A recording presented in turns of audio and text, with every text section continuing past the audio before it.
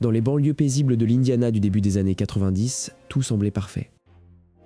Herbert Baumeister incarnait à lui seul le rêve américain dans toute sa splendeur. C'était un entrepreneur respecté, connu pour sa politesse et son sens aigu des affaires. Sa réussite s'était construite autour d'une chaîne de magasins d'occasion très populaire nommée Save Hallo. En peu de temps, il était devenu une figure incontournable du commerce local. À la maison, il était perçu comme un mari dévoué pour sa femme, Julie. Ensemble, ils formaient l'image même de la stabilité familiale avec leurs 3 enfants. Pour ses voisins, Herbert était l'homme qui avait tout réussi sans jamais faire de vagues. Mais son ambition ne s'arrêtait pas à une simple maison de banlieue. En 1991, la famille Baumeister décida de franchir une étape majeure dans leur ascension sociale. Ils firent l'acquisition d'un domaine majestueux situé à Westfield, dans l'Indiana. Fox Hollow Farm s'étendait sur 18 acres de bois dense et de prairies verdoyantes. La propriété comprenait une immense demeure de style Tudor, imposante et luxueuse. À l'intérieur, les pièces étaient vastes, décorées avec un goût classique et onéreux. Une grande piscine intérieure ajoutait une touche de sophistication supplémentaire au domaine. Pourtant, l'isolement de la demeure commençait déjà à créer une atmosphère particulière. Pour Julie, c'était l'endroit idéal pour élever leurs enfants loin du tumulte de la ville. Mais pour Herbert, Fox Hollow Farm représentait bien plus qu'une simple résidence de prestige. Il passait des heures seul à arpenter les recoins sombres de son nouveau terrain. Les bois étaient si denses qu'ils semblaient absorber tous les bruits provenant de la route. Progressivement, le comportement d'Herbert commença à montrer de légères fissures. Ses accès de colère, autrefois rares, devinrent plus fréquents au sein du foyer. Il insistait lourdement sur le respect d'une routine stricte et d'un ordre absolu. Parfois, il disparaissait pendant des nuits entières sans donner la moindre explication. Julie mettait ses absences sur le compte du stress lié à l'expansion de ses commerces. Les magasins Save-A-Lot rapportaient en effet énormément d'argent, finançant ce train de vie luxueux. Mais l'argent ne suffisait pas à combler le vide qui semblait grandir chez Herbert. Il commença à s'isoler de plus en plus dans les parties les plus reculées de la propriété. Un jour, son fils fit une découverte étrange en jouant près de la lisière du bois. Il ramena à sa mère ce qui ressemblait à un os déterré par la pluie. Herbert intervint immédiatement, affirmant avec un calme glacial qu'il s'agissait de restes d'animaux. Il expliqua que les anciens propriétaires utilisaient cet endroit pour enterrer leur bétail. L'explication parut logique et le calme revint temporairement au sein du domaine. Pourtant, les randonnées nocturnes d'Herbert devinrent presque quotidiennes. Il semblait obsédé par l'idée de transformer son jardin en un sanctuaire privé. Pour le monde extérieur, il restait le gérant de magasins prospères et le voisin idéal. Personne ne pouvait imaginer que derrière cette façade se cachait une pulsion destructrice. L'ascension sociale de Baumeister touchait à son apogée alors que son jardin commençait à se remplir de secrets. Les fondations de sa vie parfaite reposaient désormais sur un terrain instable. Chaque nouveau succès semblait nourrir un besoin de plus en plus sombre et incontrôlable. Car sous le vernis de la respectabilité, une bête s'éveillait doucement dans l'ombre de Fox Hollow. Mais d'où venait cette noirceur qui commençait à consumer l'esprit d'Herbert Baumeister ? Les racines de son mal plongeaient bien plus profondément dans son passé qu'on ne l'imaginait. Pour comprendre le monstre, il fallait remonter à l'époque où tout avait commencé à basculer. Quel secret son adolescence cachait-elle derrière le masque de l'étudiant modèle ? Derrière les pelouses tondues de l'Indiana des années 50, l'enfance d'Herbert semblait pourtant tout à fait ordinaire. Son père, un anesthésiste respecté, imposait une discipline stricte et une quête permanente de perfection au sein du foyer. Herbert était l'aîné de 4 enfants, portant sur ses épaules le poids des attentes démesurées de sa lignée. Pourtant, dès le début de son adolescence, des fissures inquiétantes commencèrent à apparaître dans son comportement. Ses camarades de classe se souvenaient d'un garçon qui développait une fascination malsaine pour les animaux morts trouvés sur le bord des routes. Ce qui n'était au départ qu'une curiosité enfantine s'est rapidement transformé en une obsession pour la décomposition. Un jour, il alla jusqu'à placer le cadavre d'un corbeau sur le bureau de l'un de ses professeurs. Son rire n'accompagnait jamais les plaisanteries des autres, créant un malaise palpable dans les couloirs du lycée. Les psychiatres que ses parents finirent par consulter notèrent une absence totale d'empathie chez le jeune homme. On lui diagnostiqua une schizophrénie et une personnalité antisociale, mais les traitements de l'époque restèrent sans effet. À l'intérieur de lui, un vide immense commençait à se remplir par des fantasmes de contrôle et de domination. Il se mit à uriner sur les objets de ses collègues de travail lors de ses premiers emplois d'été. Ces actes de rébellion bizarre n'étaient que le prélude à des pulsions bien plus sombres. Il passait des heures entières à errer dans les bois, cherchant une solitude que personne ne pouvait comprendre. Malgré ses troubles, Herbert possédait une intelligence sociale qui lui permettait de simuler la normalité quand il le fallait. Ses parents espéraient qu'un mariage stable et une carrière florissante finiraient par calmer ses démons intérieurs. En 1971, il épousa Julie, une femme qui voyait en lui un homme ambitieux et prometteur. Mais même durant sa lune de miel, il manifestait des signes d'instabilité émotionnelle foudroyante. Julie ignorait que les crises de larmes soudaines de son mari cachaient un gouffre psychique irrémédiable. Pour le monde extérieur, il était en train de devenir le succès que son père avait toujours exigé. En secret, il continuait de s'isoler pour s'adonner à des activités qu'il ne partageait avec personne. Il collectionnait des articles de journaux sur les disparitions d'hommes jeunes dans la région. Le besoin de contrôler son environnement devint une obsession maladive qui s'étendit à son travail au bureau des véhicules à moteur. Son comportement erratique finit par lui coûter son poste après plusieurs incidents bizarres avec ses collègues. Loin de le freiner, cet échec sembla libérer une part d'ombre qu'il contenait depuis trop longtemps. Il commença à fréquenter des lieux de la vie nocturne d'Indianapolis sous une fausse identité. Sous le nom de Brian Smart, il explorait une sexualité qu'il réprimait férocement le jour. Les témoins de cette époque décrivent un homme qui pouvait passer de la douceur à une froideur absolue en une seconde. À la maison, il construisait une piscine intérieure, un projet titanesque pour sa nouvelle propriété de Fox Hollow Farm. Il passait des nuits entières à surveiller les travaux comme s'il préparait un sanctuaire pour ses futurs secrets. Sa femme Julie ne voyait dans cette piscine qu'un luxe pour leurs enfants, ignorant sa véritable fonction symbolique. L'adolescent qui disséquait des corbeaux était devenu un homme capable de dissimuler sa monstruosité derrière le succès financier. Ses pulsions de mort et ses désirs réprimés commençaient enfin à fusionner en un plan macabre.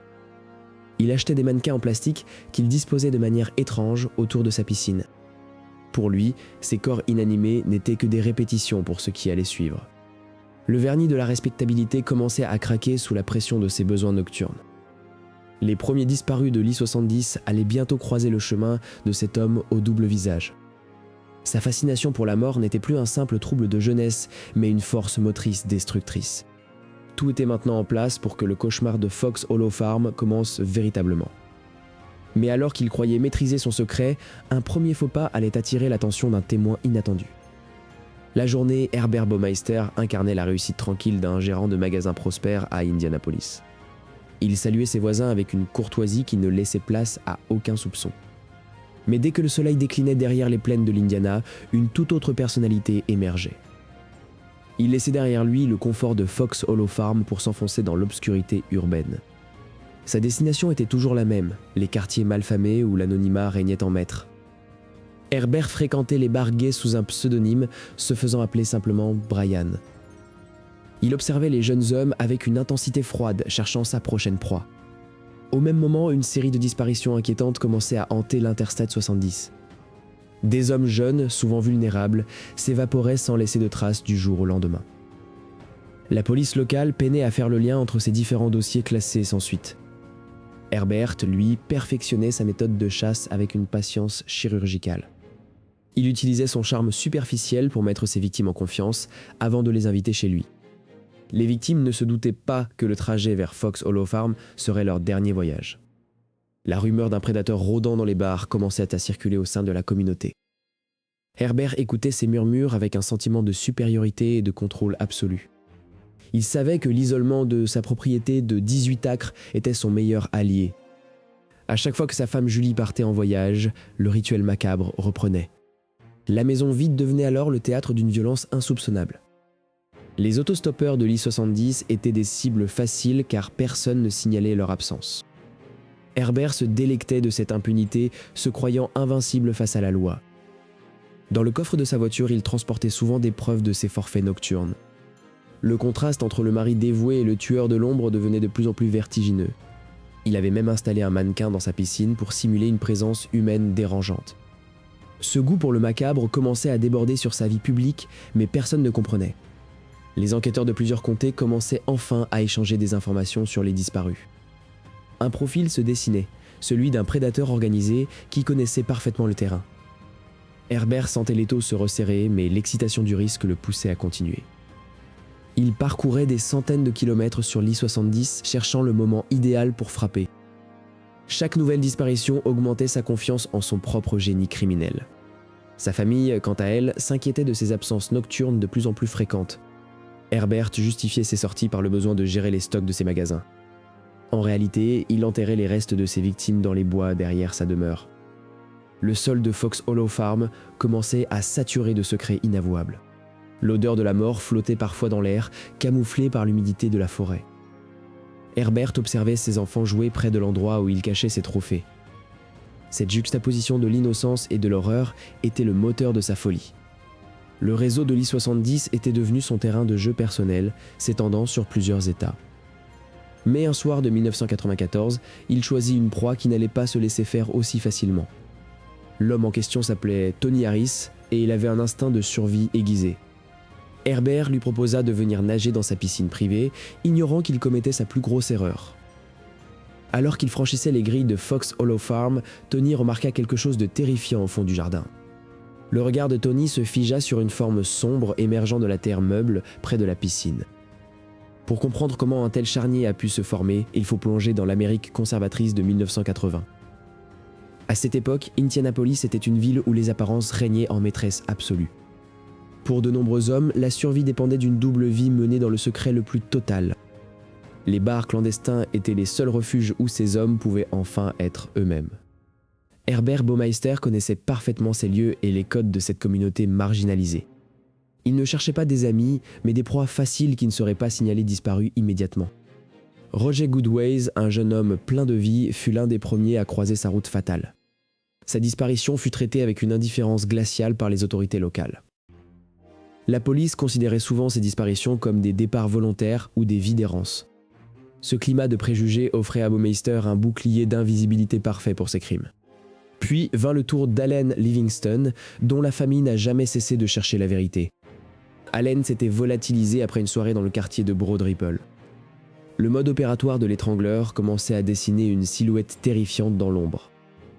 Baumeister ciblait des hommes qui lui ressemblaient physiquement ou qui partageaient ses intérêts.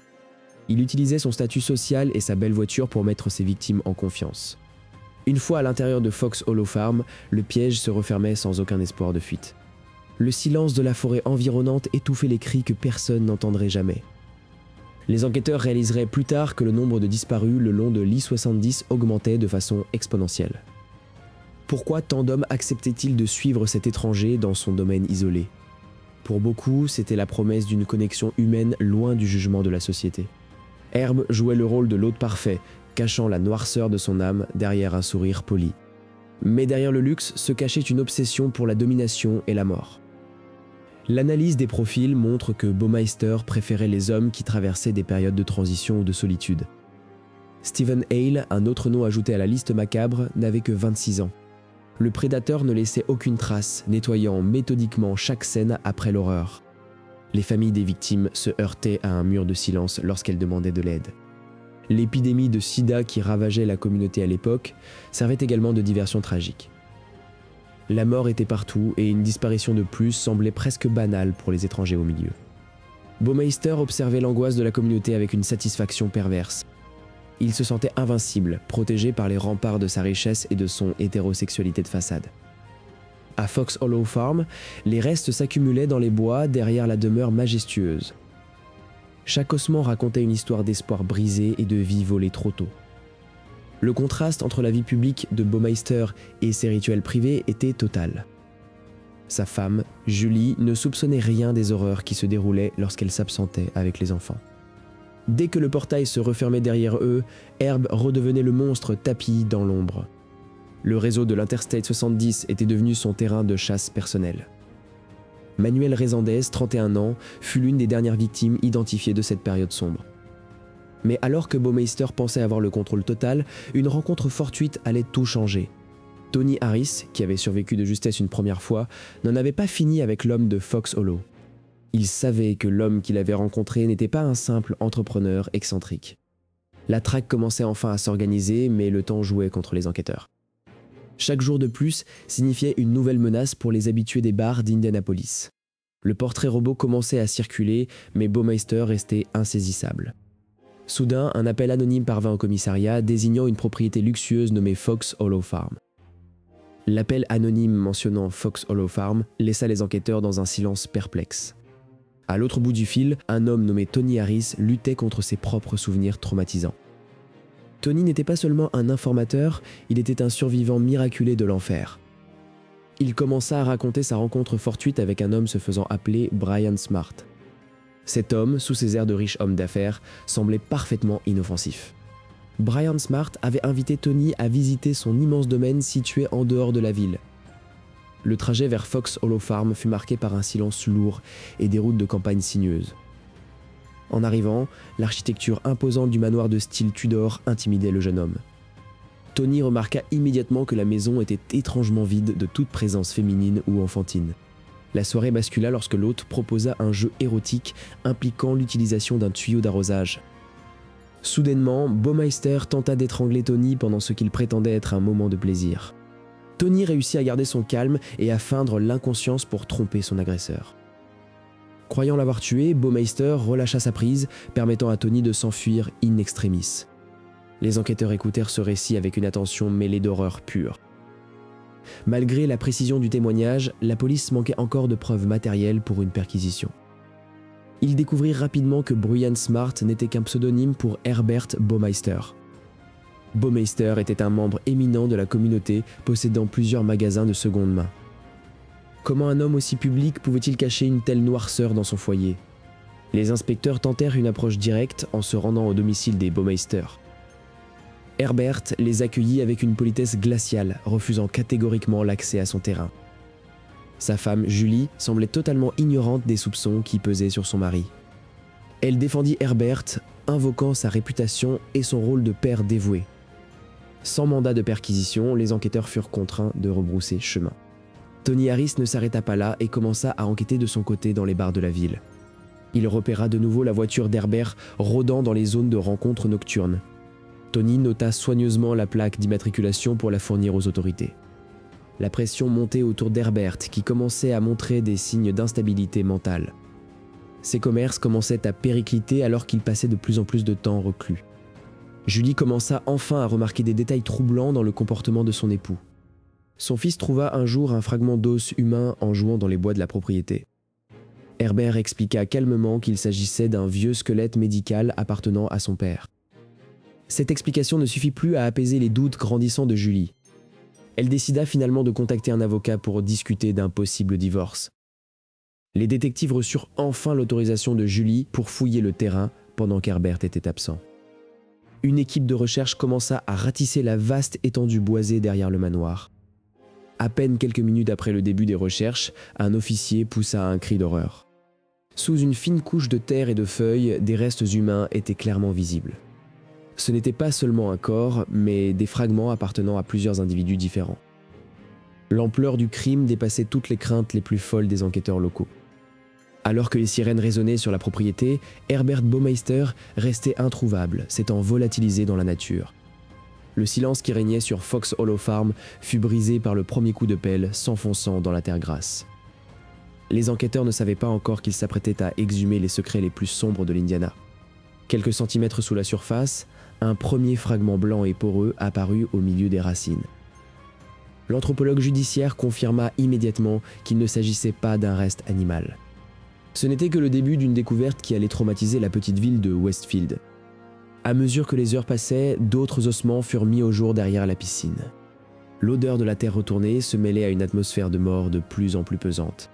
Les policiers déterrèrent des fragments de crâne portant les marques d'une violence inouïe. Le nombre de victimes potentielles dépassait toutes les estimations les plus pessimistes du FBI.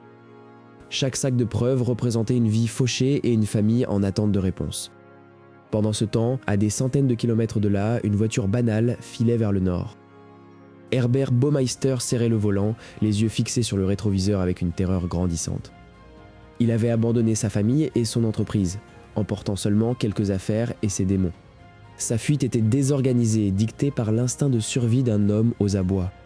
Le vent canadien commençait à se faire sentir alors qu'il s'approchait de la frontière. Dans son esprit, les visages des jeunes hommes de l'I-70 commençaient à se confondre avec les ombres de la route. Il s'arrêta dans un motel miteux pour prendre quelques heures de repos, mais le sommeil ne venait pas. La radio locale diffusait déjà son signalement et la description de son véhicule. Il reprit la route avant l'aube, évitant les grands axes pour ne pas croiser de patrouille. À Fox Hollow, les fouilles révélaient maintenant plus de 5000 fragments d'os humains. Les experts comprirent que Baumeister n'avait pas seulement tué, il avait méthodiquement démembré ses victimes. La cruauté de ses actes contrastait violemment avec l'image du commerçant poli que tout le monde connaissait. Traversant la frontière de l'Ontario, Herbert se sentait étrangement soulagé d'être en terre étrangère. Il contemplait les paysages canadiens, sachant qu'il ne reverrait jamais ses enfants. Mais la police canadienne avait déjà été prévenue par Interpol de son entrée sur le territoire. Il s'installa dans un parc provincial, se fondant parmi les campeurs pour passer inaperçu. Chaque bruit de branches cassées lui faisait l'effet d'un coup de feu dans le silence de la forêt. Les familles des disparus, elles, s'étaient convoquées pour des prélèvements d'ADN déchirants. Le processus d'identification s'annonçait long et complexe à cause de l'état des restes. La presse s'empara de l'affaire, surnommant Fox Hollow Farm le jardin de la mort. Au Canada, Herbert passait ses journées à errer sur la plage, regardant l'horizon sans but. Il réalisa que sa vie, telle qu'il l'avait construite brique par brique, n'était plus qu'un tas de cendres. Il sortit un stylo et commença à rédiger une lettre d'adieu sur le capot de sa voiture. Dans ses derniers mots, il ne mentionna aucun de ses crimes, s'excusant seulement pour le désordre laissé. Le monstre de l'Indiana préférait emporter ses secrets dans la tombe plutôt que de faire face à la justice. Les autorités canadiennes repérèrent enfin sa voiture garée près d'un sentier isolé. Les officiers s'approchèrent avec prudence, ignorant s'il était armé ou prêt à se rendre. Un silence de mort enveloppait le véhicule dont les vitres étaient recouvertes de buée. Lorsque la porte s'ouvrit, la fin tragique de la traque devint une évidence pour les policiers. Herbert Baumeister était mort, mais à Fox Hollow, la terre continuait de vomir les restes de ceux qu'il n'avait pas encore avoués. Le silence est enfin retombé sur les terres de Fox Hollow Farm, mais les cicatrices dans le sol restent béantes. Des milliers de fragments d'os ont été extraits de cette terre, chacun portant le poids d'une vie fauchée. Pendant des décennies, l'identité de nombreuses victimes est restée un mystère insoluble pour les enquêteurs. Cependant, l'avènement des technologies génétiques modernes a offert une nouvelle chance à la vérité. Les scientifiques ont commencé le travail fastidieux d'extraction de l'ADN sur des restes vieux de 30 ans. Pour les familles, cette attente prolongée a été un calvaire émotionnel sans fin. En 2023, une percée majeure a permis d'identifier Allen Livingston, disparu depuis août 1993. Cette découverte a confirmé que le nombre de victimes de Baumeister dépassait largement les estimations initiales. L'ombre d'Herbert Baumeister plane toujours sur les affaires non résolues de l'étrangleur de l'I-70. Bien qu'il n'ait jamais été officiellement inculpé pour ces meurtres routiers, les coïncidences sont troublantes. Le mode opératoire de l'étrangleur correspondait en tout point aux impulsions sadiques d'Herb. Sa mort par suicide au Canada a emporté avec lui les derniers aveux qu'il aurait pu offrir. Julie Baumeister, sa veuve, a dû reconstruire sa vie au milieu des décombres d'un mensonge monstrueux. Elle ignorait tout de l'horreur qui se cachait derrière le sourire de son mari et le succès de leur magasin. Les enquêteurs continuent de traiter des milliers de restes humains brûlés et fragmentés. Chaque nouvelle identification est une petite victoire contre l'oubli imposé par le tueur. L'histoire de Fox Hollow Farm sert de rappel brutal sur la banalité du mal. Derrière la façade d'un voisin idéal peut se cacher un prédateur insatiable. Les bois entourant la propriété semblent garder la mémoire des cris étouffés. Aujourd'hui, un mémorial discret rend hommage aux hommes qui ont perdu la vie ici. La communauté locale reste marquée par le fait d'avoir côtoyé un monstre sans le savoir. Le profil psychologique d'Herbert Baumeister continue d'être étudié par les experts du FBI. Sa capacité à compartimenter sa vie est l'un des exemples les plus extrêmes de la psychopathie. Le domaine de Fox Hollow Farm a changé de main, mais son histoire est indélébile. Grâce au travail acharné des légistes, le nom de Manuel Reséndez a enfin été rendu à sa famille. Chaque dossier fermé est une étape vers une paix relative pour les survivants. Des questions subsistent sur d'éventuels complices ou sur l'étendue réelle de ces crimes. L'analyse du sol continue de révéler des secrets enfouis depuis des décennies. La souffrance des victimes, souvent marginalisée à l'époque, est enfin reconnue par la société. Le cas Baumeister a transformé les protocoles de recherche pour les personnes disparues dans l'Indiana. Trop de jeunes hommes sont tombés dans le piège d'un prédateur qui connaissait leur vulnérabilité. Herb Baumeister n'était pas un génie du crime, mais un opportuniste de la haine. Sa piscine, autrefois lieu de détente familiale, était devenue le théâtre de ses rituels mortels. Aujourd'hui, la science et la persévérance ont le dernier mot sur ses actes. Le temps efface les traces, mais la justice cherche à graver les noms dans le marbre. L'histoire de Fox Hollow se termine non pas par une explosion, mais par le murmure de la vérité. Les familles peuvent enfin ramener leur fils à la maison, loin de la terre maudite de l'Indiana. Herbert Baumeister restera une tache noire dans l'histoire criminelle américaine. Mais la lumière de la mémoire des victimes brille désormais plus fort que ces ténèbres. Justice a été rendue non par le châtiment, mais par le refus catégorique d'oublier ceux qu'il a tenté d'effacer.